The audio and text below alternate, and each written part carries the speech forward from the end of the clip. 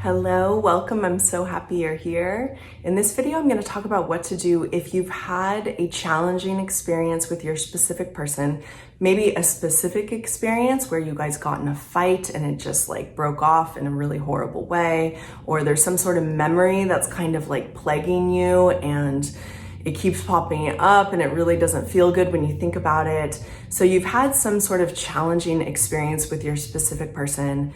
Maybe you're not in contact with them or you're not talking about this thing. How do you deal with it? Because these types of experiences, sometimes we can have experiences like this that stay with us and we like ruminate on them and we continue to remember them and think back to them. And so there's a specific technique that I spoke about it recently, and then a client brought it up. She had heard me mention it in a video, and I felt like, oh yeah, this is a good offering to just put out there. This is a way to deal with if you're stuck in some anger about your specific person, or if you're maybe stuck in even some guilt about your specific person, you can use this technique.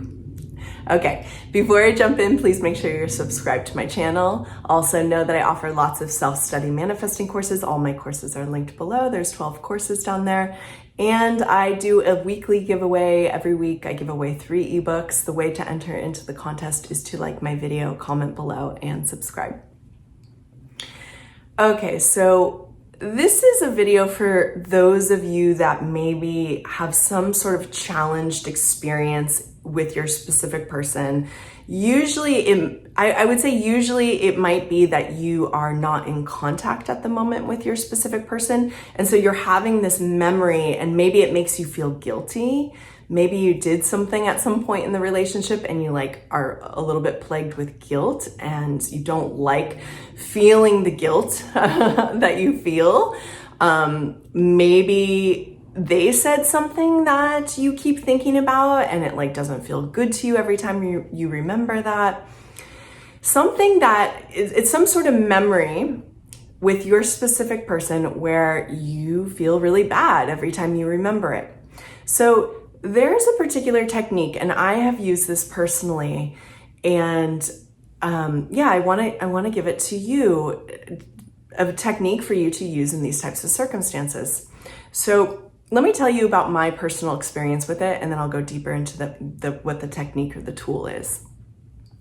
So I had a breakup at one point in my life, and it was a gnarly breakup. Like, it was like, ugh. It was bad, you know, it's just like, it was kind of a hard relationship. There's a lot of strain within the relationship, and then the breakup was just bad as well. And throughout probably the breaking up process, my ex and I had said like not so nice things to each other. And sometimes I would ruminate on that after, like soon after the breakup, like within the months after, I'd be thinking about, oh, he probably hates me. I'd be thinking things like that. I'd also be thinking things like, I'd be remembering things that I said to him and I'd feel so guilty, like what a bad person I was to do that, what a bad person I was to hurt him. So I was just kind of like stuck in these feelings of like, oh my God, that was awful. And I just kept thinking about it. It was hard for me not to think about these things, especially in the early days after our breakup, or like honestly early months, couple months. So what I started doing, and I couldn't believe how much it helped me through this time. Like, whoa, I could not believe the relief that it gave me. What I started doing was I started having conversations with what I was calling it. So this was in my reality, and you can frame this however you want. But the way I framed it was I started having conversations with his higher self. And what I meant by his higher self was his unconditionally loving self, which I knew, like while we were in relationship, I felt that part of him, you know, it wasn't there like all the time, but it was there, and we had related in that space. I knew the unconditionally loving version of him. And even if you don't know the unconditionally loving version of your specific person, you can imagine who they are in that state. So what I would do was I would start having conversations with his higher self. And in particular, I would have his higher self say things to me. Say things such as, I forgive you. I know you're a good person. That was really hard on both of us, but like we made it through and we learned and we grew from it. And I'm always gonna love you. I'm always gonna care about you.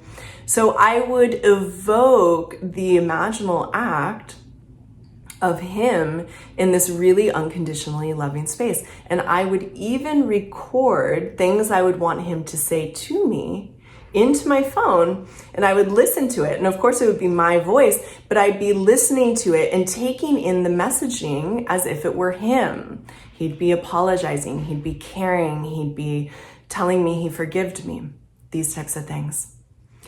Doing that type of practice was so healing for me. So anytime I would start to like panic or feel upset about or remember like some of the bad things that had happened between us, anytime those feelings would come up, I would feel into his higher self speaking to me.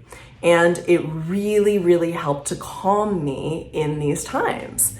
So that is the technique I'm offering out to you guys today. And it is essentially getting into a dialogue with your specific person's higher self, whatever that means to you. And again, you don't even have to frame it as higher self. Maybe you can frame it as like their loving self or the best version of them, or just the part of them that cares about me. Most of us can tune into and believe that our specific person or your specific person does care about you on some level, especially if you've had a relationship with your specific person before and there were times where you did have good times, because this is usually the case. Usually the case in relationships is there's good times and there's bad times. But in those good times, there was a caring person that was showing up. So hopefully you have some sort of access to who they are as a caring person. And in that, you can start to evoke and see and feel them that way and create a relationship with them in that way. Now, I didn't really realize when I was doing it, I didn't know anything about Neville Goddard yet. And I wasn't doing like any, these types of, I wasn't even trying to manifest something. I was just intuitively going into a practice of evoking his higher self, something that I thought would make me feel better. And it did make me feel better. But this is essentially, it can be looked at maybe as a revision exercise. It's definitely an imaginal act. I mean, it's a very potent imaginal act. And so, yeah, it is a manifesting exercise, and I hope that it helps you. Like if you are stuck in feeling, or if you have those memories that pop up, I hope you do this, and I hope that it helps you out. Okay, everyone, thank you so much for being here with me. I love being here with you. I'll see you soon. Bye.